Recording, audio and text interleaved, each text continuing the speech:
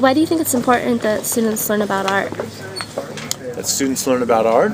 Oh, man. Or is it? Oh, definitely. It's definitely important. I think it touches a different part of our humanity, and a good art teacher shows that art is integrated into everything else that we learn. That there's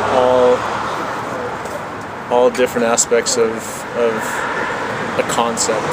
There's the written aspect of it, but then there's the felt aspect of it and the sensed aspect of it through visual art or interpreted, like Carla used to say, interpretive dance. So just the feeling of it through dance and body.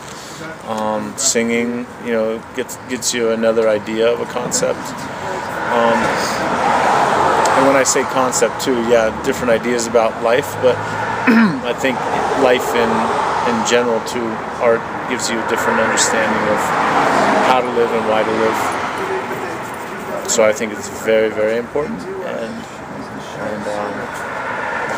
just gives a more rich and dynamic understanding of who we are and how we live.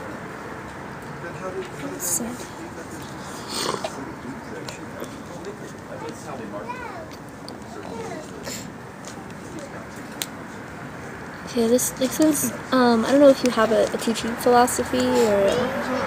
I do. Is there a pivotal moment that influenced your teaching philosophy or approach? This can be like a personal life or an experience in your classroom or something that influenced you. I would say initially speaking, I was very radicalized as far as politics, and that I wanted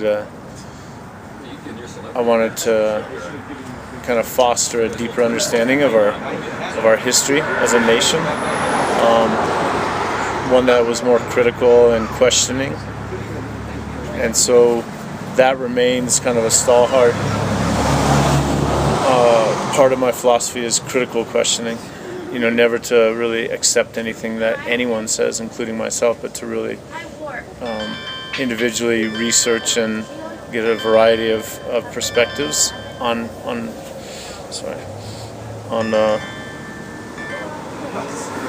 any issue, and then to keep searching for answers as well, not to be open to new ideas on something that you may have already closed the book on.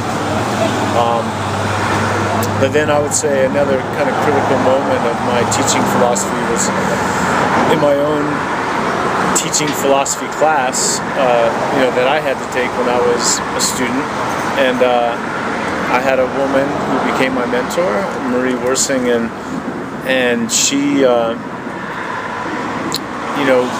taught philosophy in a way where we understood each of the major philosophies, the major four: idealism, realism, pragmatism, and existentialism. And we learned about each of them, and then she asked us to write our own philosophy. That set me back a couple of years. She was so profoundly influential that I stopped going to school for over a year, and I went traveling with a couple boxes full of philosophy books and just read all about philosophy and how it integrated into teaching methodology. And so I took a long time. I almost didn't become a teacher because of it. And then, she was influential in saying that if you don't know your philosophy, if you're not founded in what you believe, do not teach, because you will get pulled this way and that way like a leaf in the wind. Everyone has their own new reform every year, and they want every teacher to follow that. And if you don't know where you stand, then you'll have no foundation from which to teach. Mm-hmm. And so I took that seriously, and I took the necessary time to really go and write my own teaching philosophy. And at that point, I knew where I stood, and I knew I could be a teacher, and I knew I could be effective. And so I continued on. I know that was long-winded, but it's another part of my philosophy. What is the biggest surprise that you encountered in your transition from school to working as a teacher? Scheduling.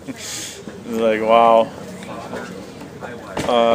School's definitely full time, and you need to dedicate yourself to it. But you have flexibility about when you dedicate yourself to it.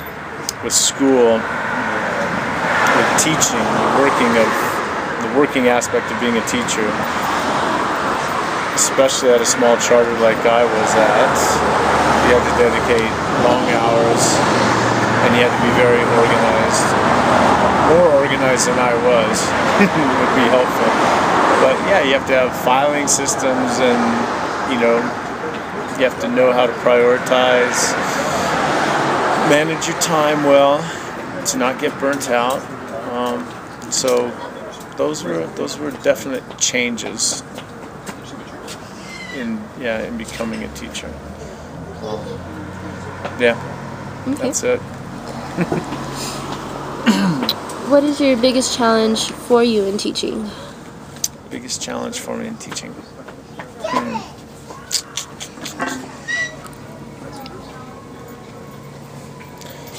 That is a challenging question. Let's see. There were many challenges, but I would say the one that strikes me as the most important challenge still, when I look back on it retrospectively, is making sure that I gave timely and encouraging yet critical feedback to students. So, timely being key. I think if I went back into teaching, that would be something that I would focus on. I would really want to make sure that students were being communicated with in a way that they could tangibly take with them.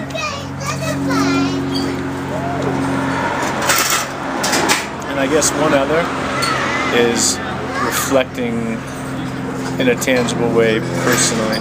I often would just think about it, like lay back in my bed and just think through things, which was helpful as well. But I think tangibly writing in a journal about my day and how things went and how I could improve and follow through things like that. To actually write that down, I think would be another thing I'd want to do, and it was a challenge while I was actually teaching.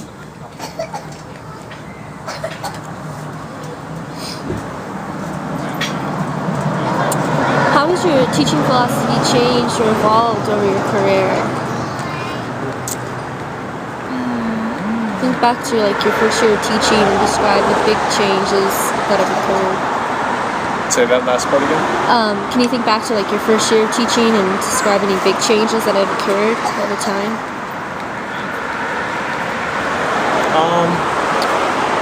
If it didn't, that's fine too. I would say, I don't think, like I said, I really kind of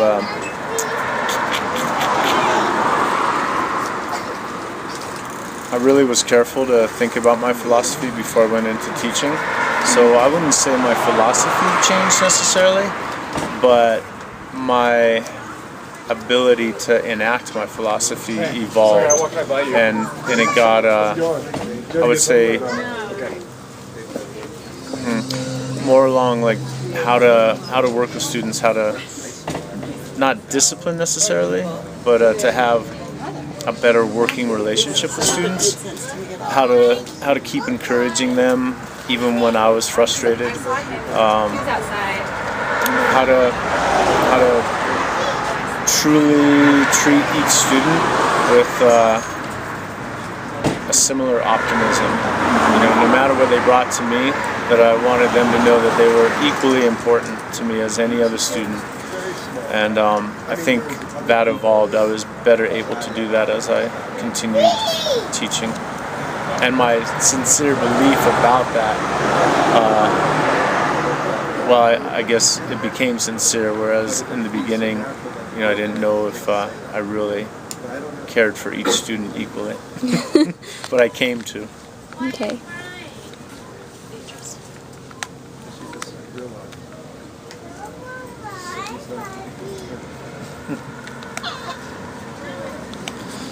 What's one piece of advice you could offer to new teachers? I think it would be that advice that I said earlier about philosophy, and that's really becoming clear. Yeah, so that would be my main, utterly important, is to really kind of do a lot of reading as far as teaching philosophy, and I have some great books for you, Laura. Great. And really get clear on that, of why you're doing it and how you want to do that, and to not be, to be open to suggestions, but not that really, not that affect you in a way where people want you to continue to change your philosophy. It's like, know why you're teaching and what you believe in. Be steadfast with that. Be open to people suggesting things, but be ready to really make them back it up. Of why that way is the only way to do things, or whatever. Really be founded, foundationally set in your beliefs, and make others do the work to say that you're wrong. Do you know what I mean? Yeah. Because other ways of teaching, when people have some examples of, this teacher has been so successful in this way and everyone else needs to follow them, that's asking people to change their fundamental beliefs, right? And sometimes a teacher is successful just because they're passionate about what they're doing. That doesn't mean it's right for every other teacher. And so just to really just to be just know, keep studying.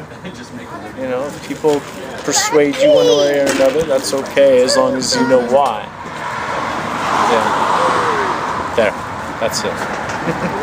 Yeah, that's the questions I have for you, though. So, yeah.